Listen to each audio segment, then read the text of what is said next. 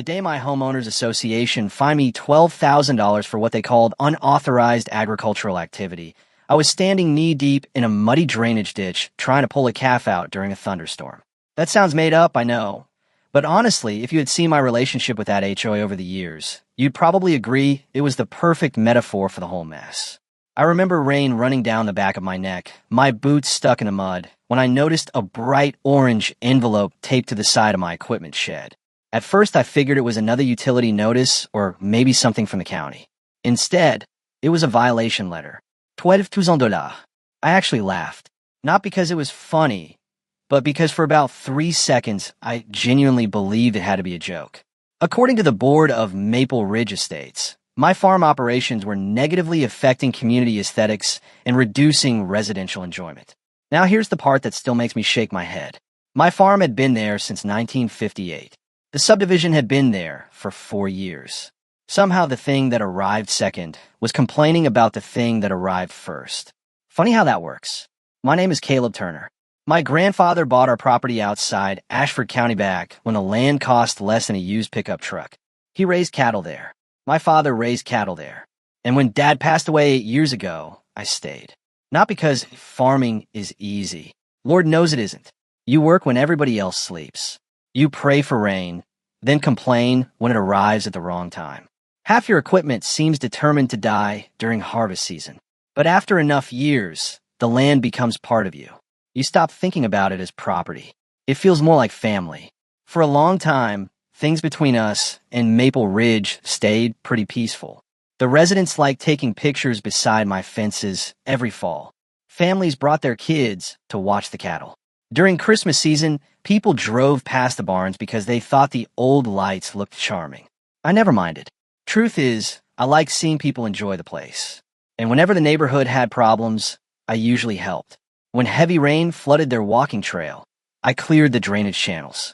When snow blocked their entrance road, one winter, I spent half a day with my tractor opening it up so emergency vehicles could get through. Never charged a dime.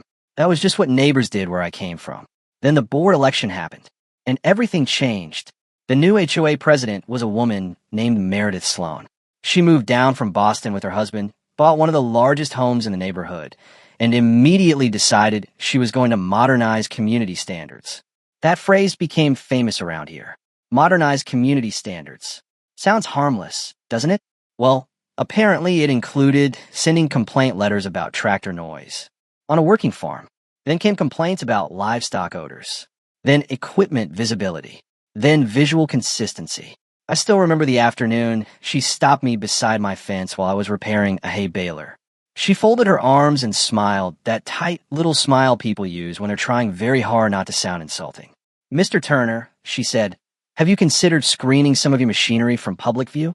I looked around, and I looked back at her. With what? The community would appreciate a more attractive landscape. I stared at her for a second. Then I said, "Ma'am, it's a farm." She didn't laugh. And that's when I realized we were headed toward a collision neither one of us was going to avoid.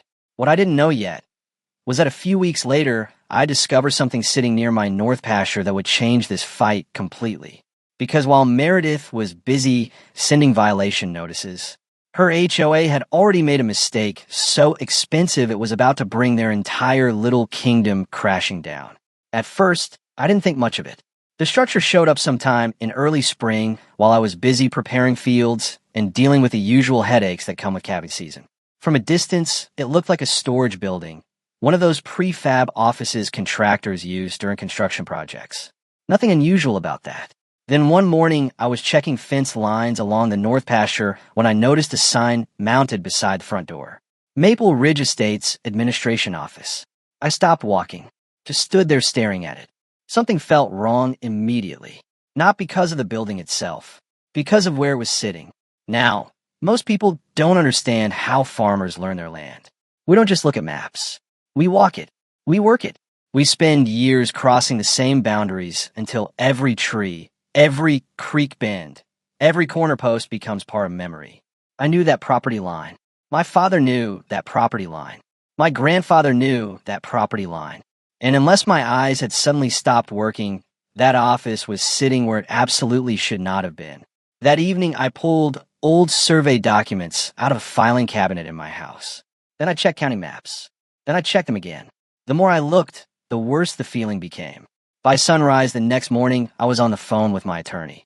His name was Martin Hayes. Smart guy, calm guy, the kind of lawyer who never raised his voice because he never needed to. After I explained what I'd found, there was a long pause on the other end. Finally, he said, "Don't touch anything." Wasn't planning to. Good. Hire a surveyor. 2 days later, a licensed surveyor named Rick Dawson arrived with enough equipment to look like he was preparing a moon landing. GPS units, tripods, mapping equipment, plots, the whole deal. For most of the afternoon, he worked quietly while I followed along, pretending not to be nervous. Around 4 o'clock, he walked back toward my truck, carrying a folder. I knew the answer before he spoke. His expression gave it away. You were right. I felt my stomach tighten. How bad? About 9 feet. 9. He nodded. Closer to 10 at one corner. I looked toward the office building. 9 feet doesn't sound like much until somebody puts an entire structure on it. Then it becomes a very expensive problem. I asked him 3 different times if he was certain. Every single time, he pointed at the coordinates. Every single time, he gave the same answer. The building was on my land. That night, Martin drafted a formal notice demanding removal of the structure within 72 hours. Professional, polite, no threats, no drama, just facts. The following morning, we delivered it. And that's when I got my first real glimpse into how deeply Meredith Sloan believed the rules only applied to other people. She opened the office door herself. Read the first page, then looked up at me with complete confidence. This is obviously a misunderstanding. I shook my head. No, ma'am. Parking in the wrong driveway is a misunderstanding. Her smile disappeared. I continued. Building an office on somebody else's property is something different. For a moment, I thought reality might finally break through. It didn't. Our legal consultants reviewed this placement months ago. Then you might want new consultants. That landed exactly how you'd expect. Her jaw tightened. Her eyes narrowed. And I knew right then she wasn't going to back down. The next move proved it. 48 hours later, another violation letter appeared in my mailbox. This time, the monthly fine had jumped to $25,000. The stated reason? Aggressive interference with community operations. I sat at my kitchen table reading that sentence 3 times. Then I started laughing so hard coffee nearly came out my nose. My friend Nate happened to be sitting across from me.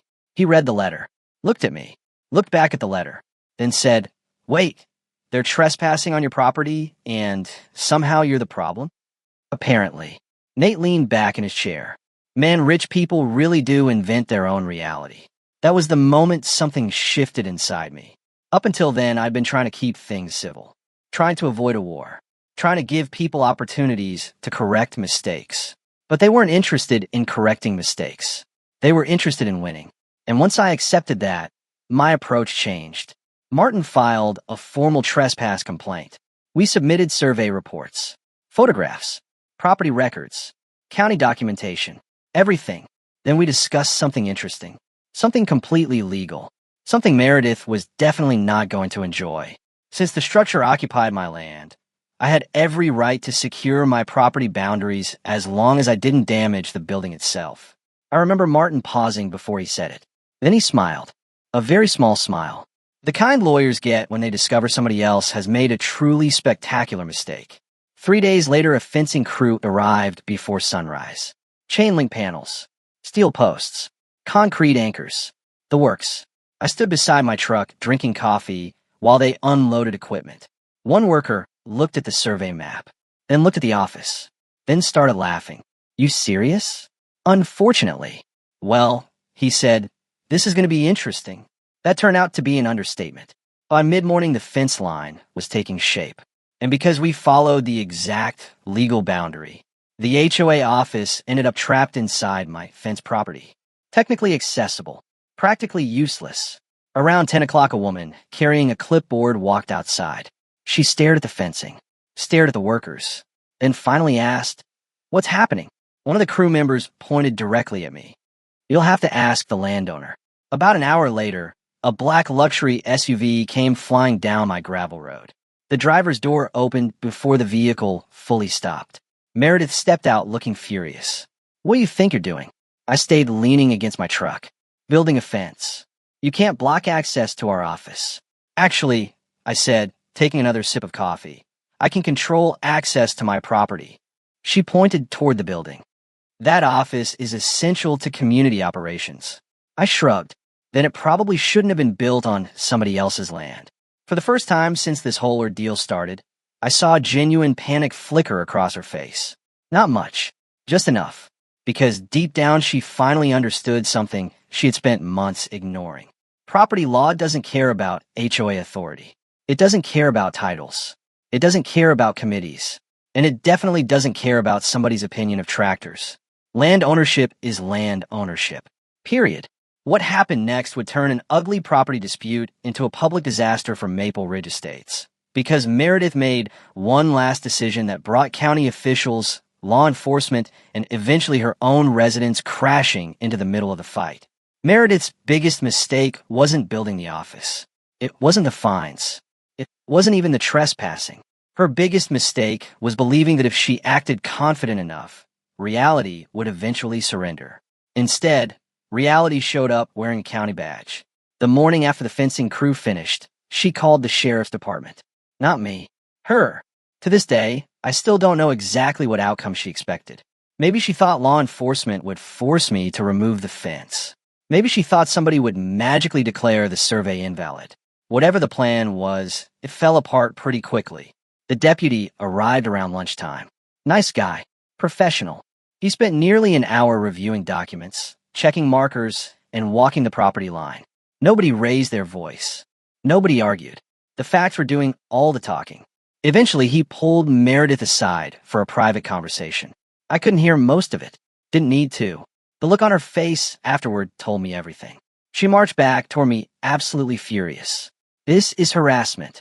I couldn't help laughing. No, Meredith. Harassment was sending fines to a farmer because your residents don't like looking at tractors. Her face turned bright red. You are disrupting this community, and you build an office on land you don't own. There wasn't much left to say after that. The county inspectors arrived the following Monday. 3 days later, the official violation notice was issued, and suddenly the same board that had spent months threatening everyone else found itself on the receiving end of government paperwork. Funny how much less enjoyable rules become when they're pointed in your direction. The real collapse started after residents learned what happened. At first there were whispers, then questions, then anger. Lots of anger, because homeowners began discovering how much association money had been spent on the project. Survey reviews, construction costs, legal consultations, administrative expenses, all of it funded by community dues. And now all of it was potentially wasted. One resident stopped me at a gas station and asked if the story was true. I told him it was. He just stared for a second. Then he said, "So we're paying for a building that doesn't legally belong to us?" Looks that way. The expression on his face suggested that conversation probably didn't improve Meredith's week. As more details surfaced, another rumor started circulating. Apparently, one of the original contractors had raised concerns during planning. Nothing formal, just a warning. A suggestion that they double-check the property line before finalizing placement. The rumor was that moving the office farther inside subdivision property would have forced changes to a decorative pond project near the entrance. A smaller pond, less landscaping, less visual impact. Whether every detail of that rumor was true, I honestly can't say. But I do know this. The office stayed exactly where it was.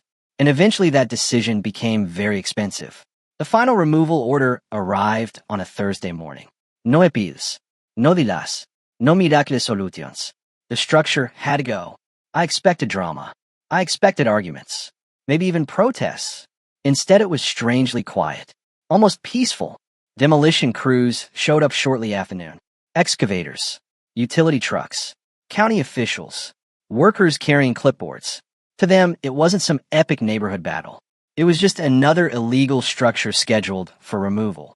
Meanwhile, half the subdivision seemed to be watching from a distance while pretending not to watch. People stood on sidewalks, peeked through windows, parked golf carts along side streets. Human curiosity is a powerful thing, especially when authority figures fall off their pedestal. My buddy Nate pulled his truck beside mine during the demolition. You enjoying this? I thought about it, then shrugged. A little. He laughed. Fair answer. Piece by piece, the office came apart. Walls, roof, foundation. Years of arrogance reduced to construction debris. And the strangest thing? Meredith never appeared. Not once. I saw movement inside the temporary clubhouse where HOA operations had relocated, but she stayed hidden the entire afternoon. Honestly, I understood why. Losing a legal fight hurts. Losing one in public hurts a whole lot more. By sunset, the building was gone. Nothing remained except gravel, dirt, and tire tracks. The land looked almost exactly the way it had before. I walked out there alone after everyone left. No crowd, no cameras, no victory speech. Just me standing in the evening breeze looking across the pasture. And despite everything that happened, I didn't feel triumphant. Mostly I felt tired. Conflict has a way of draining people, even when they're right. I remember thinking about my father. He hated unnecessary arguments, but he believed deeply in boundaries. Years ago, he told me something that didn't make much sense at the time. If people get comfortable crossing small lines, eventually they stop seeing lines at all. Standing there that evening, I finally understood what he meant. A week later, Martin called while I was repairing irrigation equipment. You sitting down? Not unless this pipe suddenly turns into a chair. He laughed. Good. The HOA wants to settle. Apparently their insurance company had become involved. Residents were angry. Legal costs were climbing. And the board suddenly discovered that endless conflict isn't nearly as fun when you're paying the bill. The proposal was straightforward. They would remove every violation, drop every fine, end all enforcement actions, and settle the dispute quietly. Martin asked what I wanted.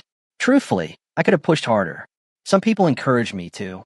A few thought I should sue for every dollar possible. Maybe they were right. Maybe not. What I knew for certain was that I didn't want the next 3 years of my life consumed by courtrooms and depositions. So I made 3 demands. First, every fine permanently erased. Second, written acknowledgement of the exact legal property boundaries. Third, a formal apology. Martin started laughing. You know that's going to hurt more than the money. That's kind of the point. 3 days later, they signed everything, including the apology. I still have a copy somewhere on my desk. Not because I enjoy humiliating people. I honestly don't. I keep it because it reminds me how quickly authority becomes dangerous when nobody challenges it. These days, things are quiet again. The cattle still wander through the north pasture. The fields still need planting every spring. And every now and then a new resident slows down near my fence line, probably trying to figure out whether the story they heard is actually true. Sometimes they wave. Sometimes they don't. Either way, life keeps moving. But I still think about something Nate said while we watched that office come down. He looked over and said, you know, if they just left you alone, none of this would have happened. And maybe that's the lesson. Maybe the HOA got exactly what it deserved. Or maybe I pushed harder than I needed to. People around here still argue about that. So now I'm curious what you think. If you were in my position, would you have accepted the settlement? Or would you have taken them all the way to court? Did the HOA finally face the consequences of its own actions? Or did I go too far once I had the upper hand? Let me know down in the comments, because trust me, this debate has been going on around Ashford County ever since that office disappeared, and somehow nobody seems any closer to agreeing on the answer.